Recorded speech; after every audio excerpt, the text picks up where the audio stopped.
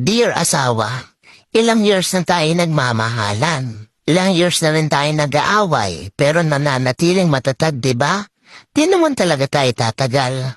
Hindi mo sinunod lahat ng sinasabi ko kasi ramdam po talaga sa lahat ng bagay. Tama ako, ikaw mali. Kaso kumukontra ka man san kagigil basta lagi mong tatandaan.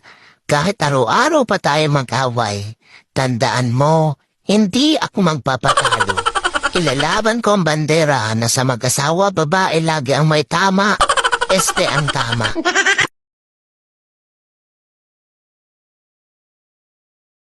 Bakit daw may mga mister na nagrereklamo dahil palagi na lang daw tama ang kanilang misis?